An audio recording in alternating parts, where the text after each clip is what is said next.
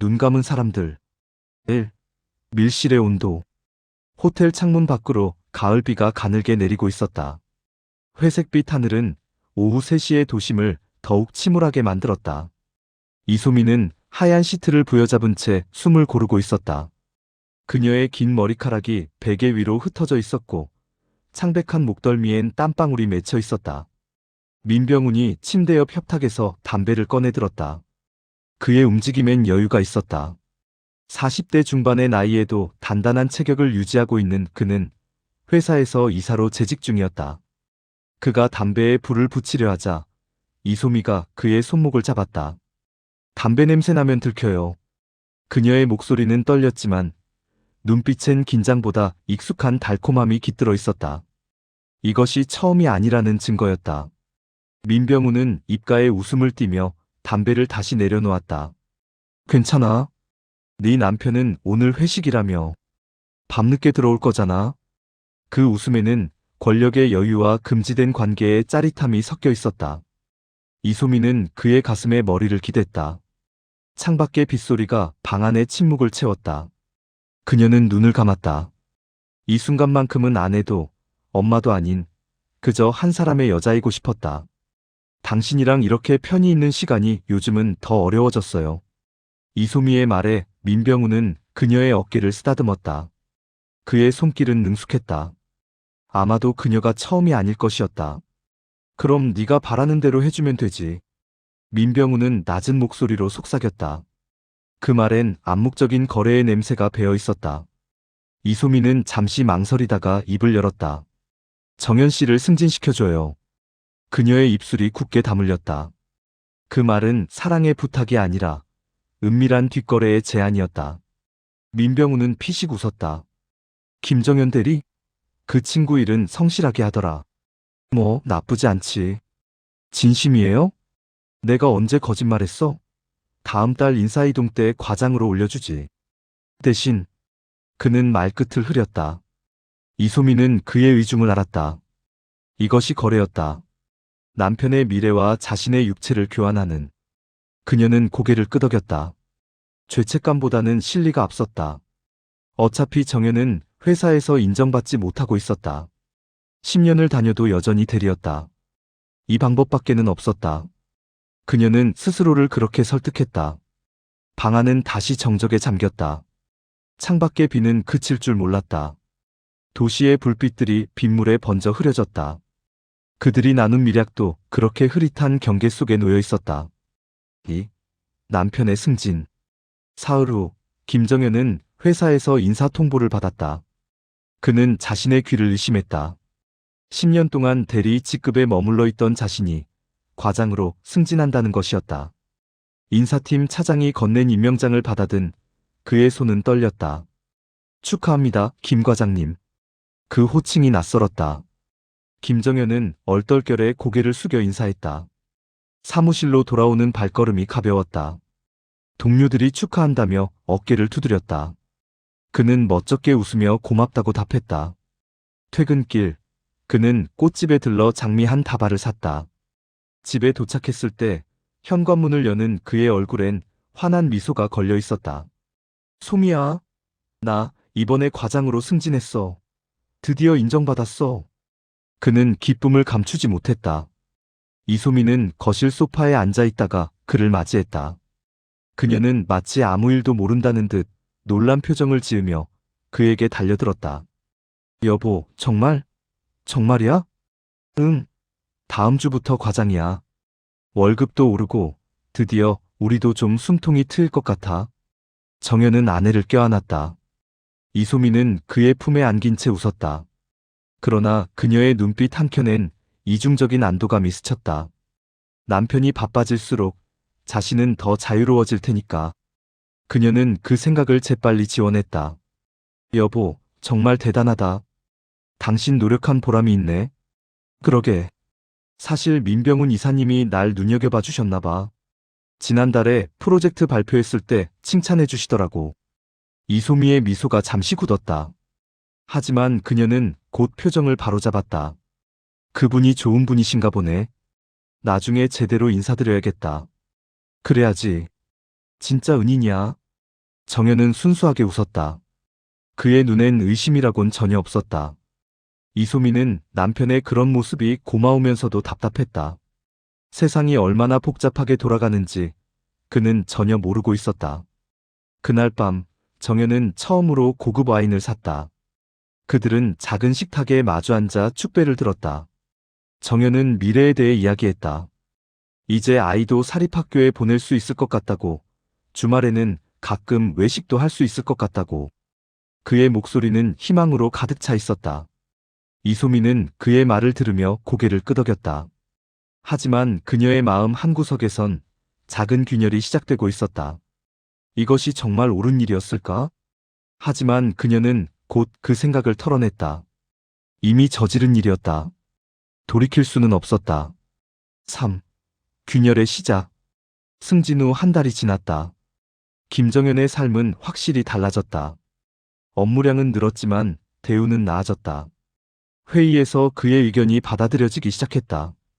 후배들이 그를 존중했다. 그는 자신이 드디어 회사에서 제대로 된 위치를 찾았다고 생각했다. 하지만 어느 날 작은 사건이 일어났다. 출장 보고서를 정리하던 중 정연은 우연히 민병훈 이사의 지난달 출장 내역을 보게 되었다. 격리부에서 잘못 전달된 서류였다. 그는 별 생각 없이 서류를 넘기다가 멈칫했다. 9월 15일 신라호텔 디럭스룸 예약 1박. 그날은 자신이 회식을 했던 날이었다. 그리고 그 아래 적힌 예약자명에서 그의 심장이 멎었다. 예약자 이소미. 손이 떨렸다. 서류가 바닥에 떨어졌다. 정연은 주변을 둘러봤다. 다행히 아무도 그를 보고 있지 않았다. 그는 서류를 주워들고 자리로 돌아왔다. 숨이 막혔다. 아니야. 동명이인일 거야. 세상에 이소미가 한둘인가. 하지만 그의 머릿속에선 이미 퍼즐 조각들이 맞춰지고 있었다. 그날 밤 아내는 친구들과 모임이 있다며 늦게 들어왔었다. 화장이 평소보다 진했고 향수 냄새가 짙었다.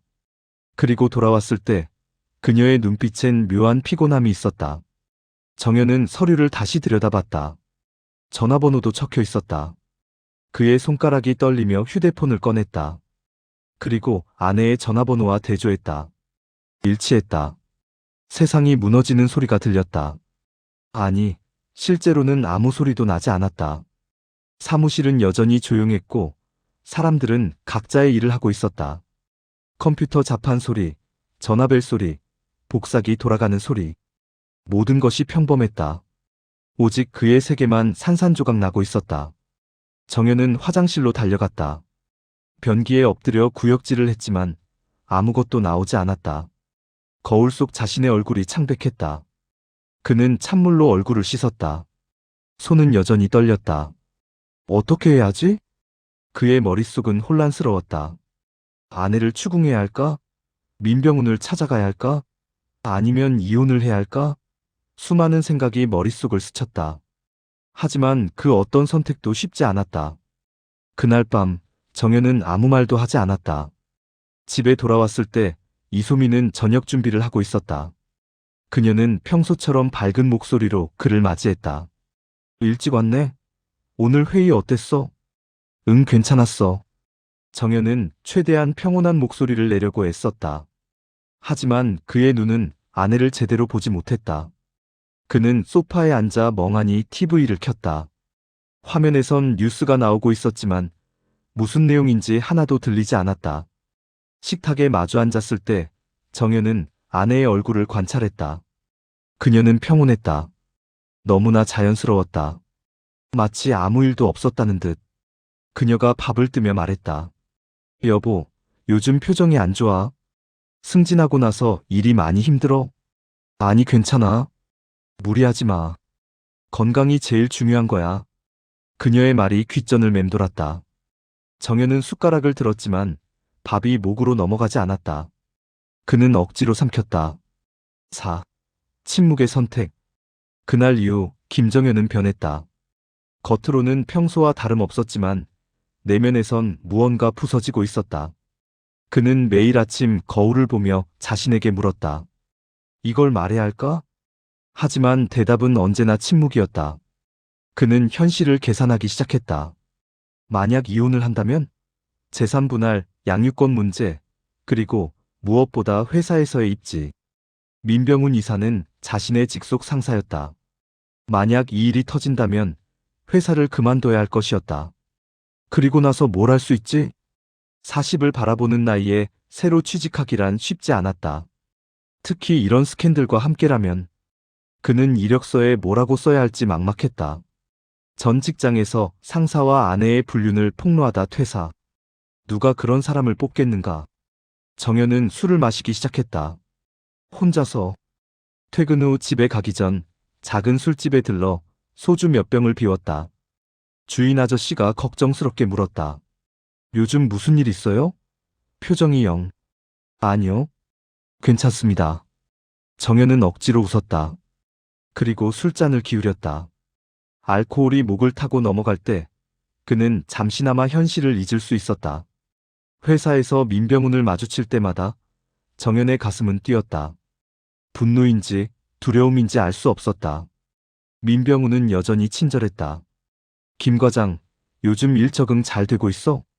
예, 이사님. 덕분에 잘하고 있습니다. 정연은 허리를 숙여 인사했다. 그의 목소리는 떨리지 않았다. 그는 완벽하게 연기했다. 민병훈은 만족스럽게 고개를 끄덕였다. 좋아. 다음 프로젝트도 내게 맡길 테니 잘 부탁해. 감사합니다. 복도를 걸어 나오는 정연의 등이 굽어 있었다. 동료가 물었다. 너 요즘 왜 그래? 승진했는데 표정이 왜 그래? 아니야. 그냥 좀 피곤해서. 그는 웃으며 답했다. 하지만 그의 눈은 웃지 않았다. 집에서도 마찬가지였다. 이소미는 평소처럼 그를 대했다. 저녁을 차려주고 아이 숙제를 봐주고 주말엔 함께 마트에 갔다. 그들은 여전히 부부였다. 적어도 겉으로는. 하지만 정연은 알았다. 그녀가 외출할 때마다, 그녀의 전화기가 울릴 때마다, 그녀가 샤워를 오래 할 때마다 그는 모든 것을 의심했다. 하지만 절대 묻지 않았다.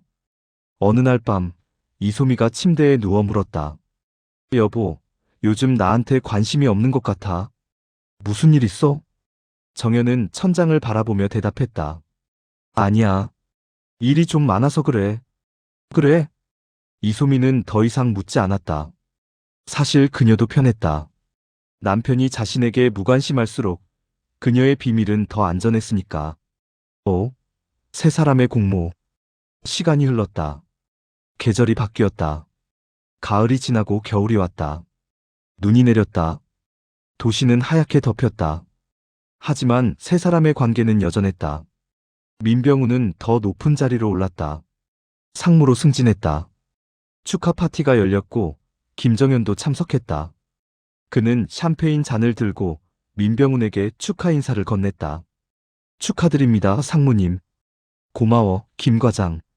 자네도 열심히 하면 곧 차장 달 수 있을 거야. 민병훈은 정연의 어깨를 두드렸다. 그 손길이 무겁게 느껴졌다. 정연은 웃으며 고개를 숙였다. 파티가 끝나고 정연은 화장실에 갔다. 거울 앞에 섰다. 정장을 말끔하게 차려입은 자신의 모습이 낯설었다. 언제부터 이렇게 된 걸까? 그는 세면대에 물을 받아 얼굴을 씻었다. 이소미는 더 화려해졌다. 새 옷을 샀고 머리 스타일을 바꿨고 네일 아트를 받았다. 정연은 그녀에게 돈이 어디서 나느냐고 묻지 않았다. 알고 싶지 않았다. 여보, 이거 어때? 오늘 산 건데. 이소미가 새 핸드백을 보여줬다. 명품이었다. 정연의 월급으로는 살 수 없는 가격이었다. 예쁘네. 그치? 친구가 선물해줬어. 그녀는 거짓말을 너무 자연스럽게 했다. 정연은 고개를 끄덕였다. 그리고 TV를 켰다. 화면에선 드라마가 나오고 있었다. 불륜을 다룬 내용이었다. 아이러니했다. 김정현은 점점 말이 없어졌다. 회사에서도 집에서도 그는 필요한 말만 했다. 동료들은 그가 원래 과묵한 성격인가 보다 생각했다. 아내는 그가 일에 지쳤나 보다 생각했다. 하지만 진실은 달랐다. 그는 말할 힘을 잃었다. 분노도 슬픔도 모든 감정이 무뎌졌다. 그는 그저 하루하루를 살아갔다. 아침에 일어나고 출근하고 일하고 퇴근하고 집에 가고 잠들었다. 기계처럼. 어느 날 회사 후배가 물었다. 과장님, 요즘 괜찮으세요? 많이 피곤해 보이시는데요. 응? 아, 괜찮아. 신경 써줘서 고마워. 정연은 웃었다. 그의 웃음은 점점 완벽해지고 있었다. 진짜 웃음이 아니라 사회가 요구하는 웃음.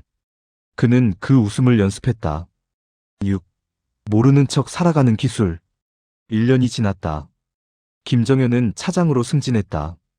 또 한 번의 승진이었다. 회사는 그를 인정했다. 그는 이제 중간 관리자였다.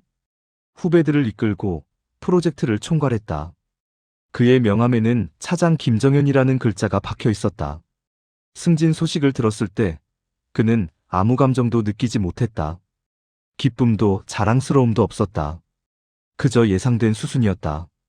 민병훈이 그를 밀어주는 한 그는 계속 올라갈 것이었다. 그것이 암묵적 거래였다.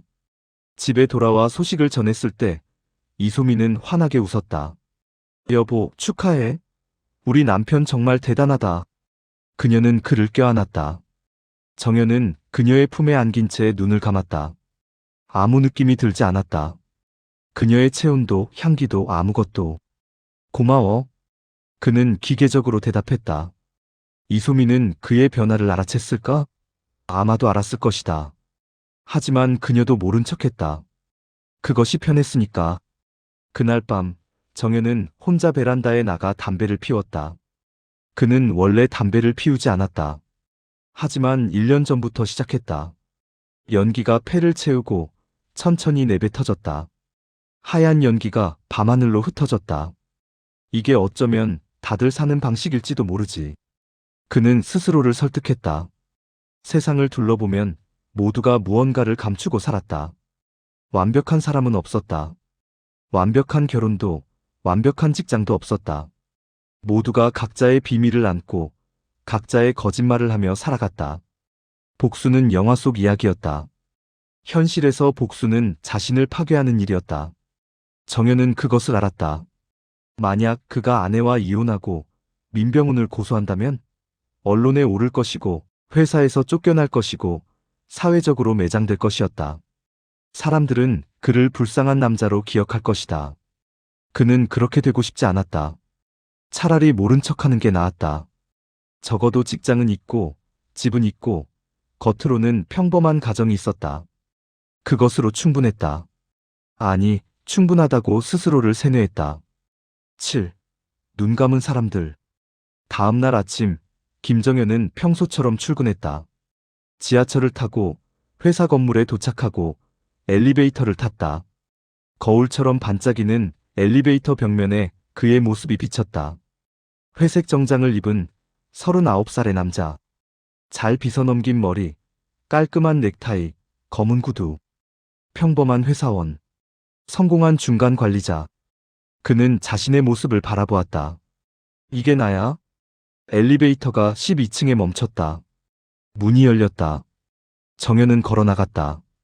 복도를 지나며 동료들과 인사를 나눴다. 차장님, 좋은 아침입니다. 응, 좋은 아침. 그는 웃었다. 완벽한 웃음이었다. 사무실에 도착해 자리에 앉았다. 컴퓨터를 켰다. 이메일을 확인했다. 회의 일정을 체크했다. 모든 것이 평범했다. 오전 10시, 민병훈 상무가 그의 자리로 왔다. 김 차장, 오늘 오후에 미팅 있지? 예, 상무님. 준비 완료했습니다. 좋아. 이번 건 중요한 거니까 잘 부탁해. 민병훈이 그의 어깨를 가볍게 두드렸다. 정연은 고개를 숙였다. 민병훈이 자리를 떠난 후 정연은 잠시 멈춰섰다. 그리고 다시 일을 시작했다. 점심시간, 그는 혼자 구내식당에 갔다. 동료들이 함께 가자고 했지만 거절했다. 오늘은 좀 생각할 게 있어서라고 말했다. 그들은 이해한다는 듯 고개를 끄덕였다. 식판을 들고 구석자리에 앉았다. 밥을 먹으며 창밖을 바라봤다. 겨울 햇살이 차갑게 내리쬐고 있었다. 사람들이 바쁘게 오가고 있었다. 모두 각자의 삶을 살고 있었다.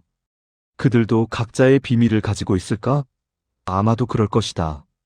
퇴근길, 정연은 다시 그 작은 술집에 들렀다. 단골이 된 지 오래였다. 주인 아저씨가 그를 보자마자 소주를 꺼냈다. 오늘도 한잔 하시게? 네. 정연은 간단하게 대답했다. 소주잔에 술이 따라졌다. 그는 단숨에 들이켰다. 목구멍이 화끈거렸다. 두 번째 잔, 세 번째 잔. 그는 말없이 마셨다. 요즘 표정이 많이 나아지셨네요. 주인 아저씨가 말했다. 정연은 고개를 갸우뚱했다. 그래요? 예전엔 얼굴에 뭔가 걱정이 가득하셨는데 요즘은 좀 담담해 보여요. 좋은 일 있으셨나? 정연은 피식 웃었다. 담담해졌다는 게 맞는 말이었다. 그는 더 이상 분노하지 않았다. 슬퍼하지도 않았다. 그저 받아들였다. 이것이 그의 삶이었다. 글쎄요. 체념한 거겠죠. 체념이요? 네. 세상이 원래 이런 거구나 하고요. 주인 아저씨는 정연의 말을 이해하지 못했다. 하지만 더 묻지 않았다.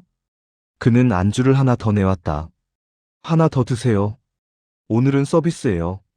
감사합니다. 정연은 안주를 집어들었다. 짭짤한 맛이 입안에 퍼졌다. 그는 천천히 씹었다. 그리고 또 술을 마셨다. 8. 균형의 유지.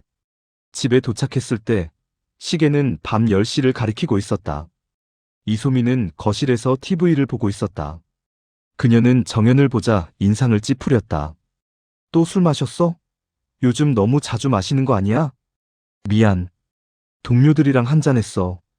정연은 거짓말을 했다. 이소미도 거짓말을 했다.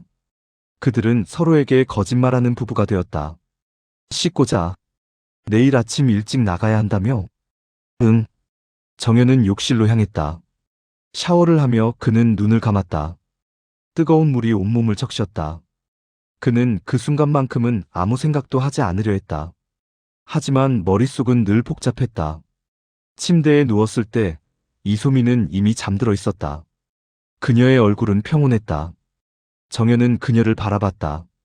예전에는 사랑스러웠던 얼굴, 지금은 낯선 얼굴. 이 사람과 언제까지 함께 살 수 있을까? 하지만 그는 곧 그 생각을 지웠다. 함께 살 수밖에 없었다. 이혼은 선택지가 아니었다. 아이가 있었고, 집이 있었고, 사회적 체면이 있었다. 모든 것이 그들을 묶어두고 있었다. 정연은 천장을 바라보며 눈을 감았다. 잠은 쉽게 오지 않았다. 그는 수면제를 먹기 시작한 지 6개월이 되었다. 의사는 스트레스 때문이라고 했다. 맞는 말이었다. 다음 날, 그는 평소처럼 일어났다. 아침을 먹고 옷을 입고 출근했다. 이소미는 그를 배웅하며 말했다. 조심히 다녀와. 응. 정연은 짧게 대답했다. 현관문을 나서며 뒤를 돌아보지 않았다. 그는 그저 앞으로 걸었다. 회사에서의 하루는 바빴다. 회의가 연속으로 이어졌고 결제할 서류가 산더미였다. 정연은 기계처럼 일을 처리했다. 효율적이고 정확했다. 상사들은 그를 칭찬했다. 김 차장, 역시 믿을만해. 감사합니다. 그는 겸손하게 답했다. 하지만 내심 공허했다. 이 모든 것이 무슨 의미가 있을까? 그가 이루는 성과는 결국 거짓 위에 세워진 것이었다. 오후 3시, 민병훈 상무가 그를 불렀다. 김 차장, 잠깐 올 수 있어?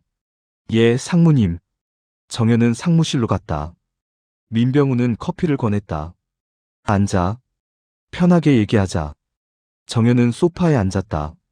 민병훈이 그의 맞은편에 앉았다. 요즘 일 잘하고 있더라. 다들 자네 칭찬이야. 과찬이십니다. 아니야. 진짜로. 그래서 말인데 내년에 부장 자리 하나 비는데 자네한테 기회를 주고 싶어. 정연의 심장이 뛰었다. 부장. 임원 직전의 자리. 그는 고개를 들어 민병훈을 바라봤다. 그의 눈빛엔 진심이 담겨 있었다. 아니, 적어도 그렇게 보였다. 감사합니다, 상무님. 물론 자네 실력으로 충분히 받을 만한 자리야. 앞으로도 지금처럼만 해줘. 민병훈이 웃었다. 정연도 웃었다. 하지만 그의 웃음 뒤엔 씁쓸함이 있었다. 이 모든 것이 거래였다. 그는 그것을 알았다. 상무실을 나오며 정연은 복도에서 잠시 멈춰섰다. 창밖을 바라봤다. 겨울 하늘은 잿빛이었다. 눈이 올 것 같았다. 부장이 되면 그 다음은 뭐지? 그는 스스로에게 물었다. 하지만 대답은 없었다. 그는 그저 계속 올라갈 것이다. 올라갈 수밖에 없었다. 멈추는 순간 모든 것이 무너질 테니까. 9. 공범들의 연극. 2년이 더 지났다. 김정현은 부장이 되었다. 그의 명함에는 부장 김정현이라는 글자가 새겨졌다. 그는 이제 회사에서 상위 10% 안에 드는 위치에 있었다. 승진 축하 파티에서 그는 많은 사람들과 악수를 나눴다. 모두가 그를 축하했다. 그는 감사하다고 말했다. 하지만 그의 마음은 텅 비어 있었다. 이소미는 더욱 화려해졌다. 그녀는 이제 고급 브랜드 옷을 입었고 외제차를 몰았다. 친구들과의 모임도 잦아졌다. 그녀는 행복해 보였다. 정연은 더 이상 그녀에게 묻지 않았다. 돈이 어디서 나오는지, 누구를 만나는지. 그는 알고 싶지 않았다. 아니, 이미 알고 있었지만 모른 척했다. 어느 날 저녁, 드물게 그들은 함께 식사를 했다. 고급 레스토랑이었다. 이소미가 제안했다. 여보, 우리 오랜만에 좋은 데서 먹자. 당신도 부장 됐는데. 그래. 정연은 동의했다. 레스토랑의 분위기는 좋았다. 은은한 조명, 클래식 음악, 정갈한 테이블 세팅. 그들은 마치 행복한 부부처럼 보였다. 식사를 하며 이소미가 말했다. 여보, 우리 참 잘 살고 있는 것 같아. 그렇지? 정연은 와인 잔을 들고 그녀를 바라봤다. 그녀의 얼굴엔 만족스러운 미소가 걸려 있었다. 그는 고개를 끄덕였다. 그런가? 처음엔 힘들었지만 이제 좀 여유가 생긴 것 같아. 당신도 성공했고 나도 행복하고 우리 잘하고 있어. 그녀의 말에 정연은 쓴웃음을 지었다. 잘하고 있다고? 이것이 잘하고 있는 걸까? 그래, 우리 잘하고 있어. 하지만 그는 그렇게 대답했다. 거짓말이었다. 하지만 진실을 말할 수는 없었다. 진실은 이 모든 것을 무너뜨릴 테니까. 식사를 마치고 집으로 돌아오는 차 안, 그들은 말이 없었다. 라디오에서 흘러나오는 음악만이 침묵을 채웠다. 정연은 창밖을 바라봤다. 거리에 불빛들이 흘러갔다. 이게 인생이구나. 그는 생각했다. 모두가 각자의 가면을 쓰고 살아간다. 행복한 척, 사랑하는 척, 성공한 척. 그 가면 뒤에 진짜 얼굴은 아무도 모른다. 아니, 알고 싶어 하지 않는다. 10. 마지막 장면. 3년 후, 김정현은 마침내 임원이 되었다. 이사 직급. 그는 회사의 핵심 인물이 되었다. 그의 사무실은 최상층에 있었고 전용 비서가 있었다. 그는 성공했다. 승진 발표 날 민병훈 부사장이 그를 불렀다. 축하하네, 김 이사. 감사합니다, 부사장님. 모두 부사장님 덕분입니다. 정연은 깊이 허리를 숙였다. 민병훈은 만족스럽게 웃었다. 자네는 정말 똑똑한 사람이야. 알 건 알고 모를 건 모르는. 그 말의 의미를 정연은 알았다. 그는 침묵으로 대답했다. 민병훈이 계속 말했다. 세상은 원래 이런 거야.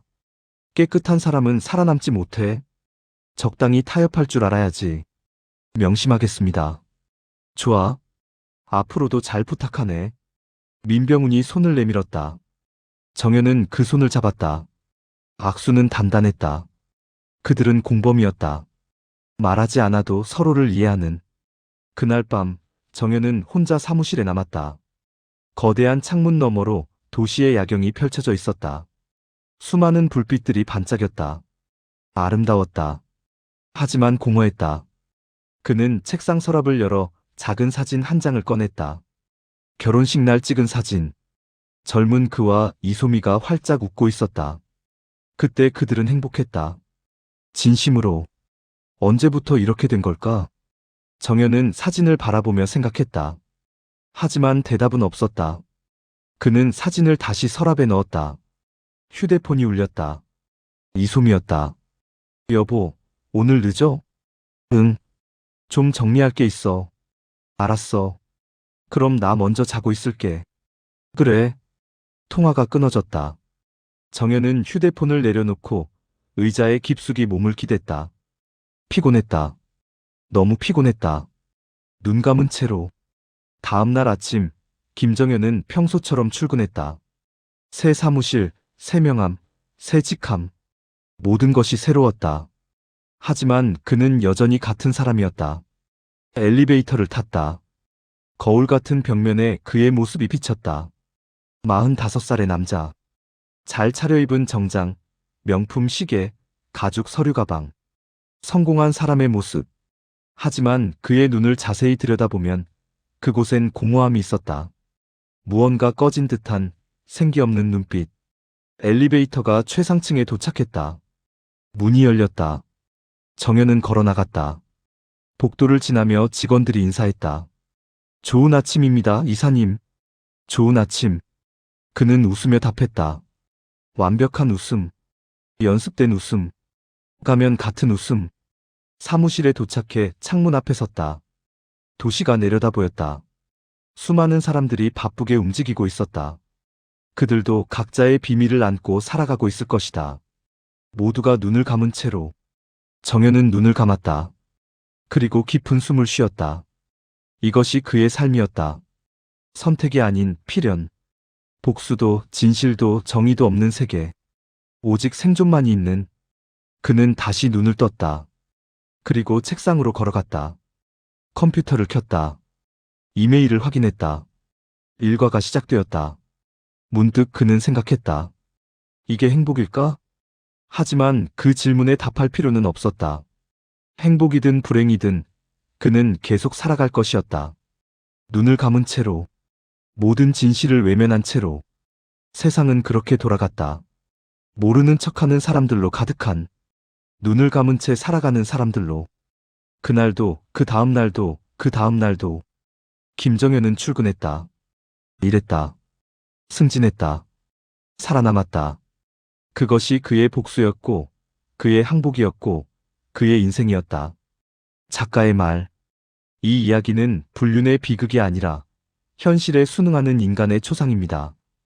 김정연은 진실을 알면서도 침묵을 선택합니다. 그것은 비겁함이 아니라 생존 전략입니다.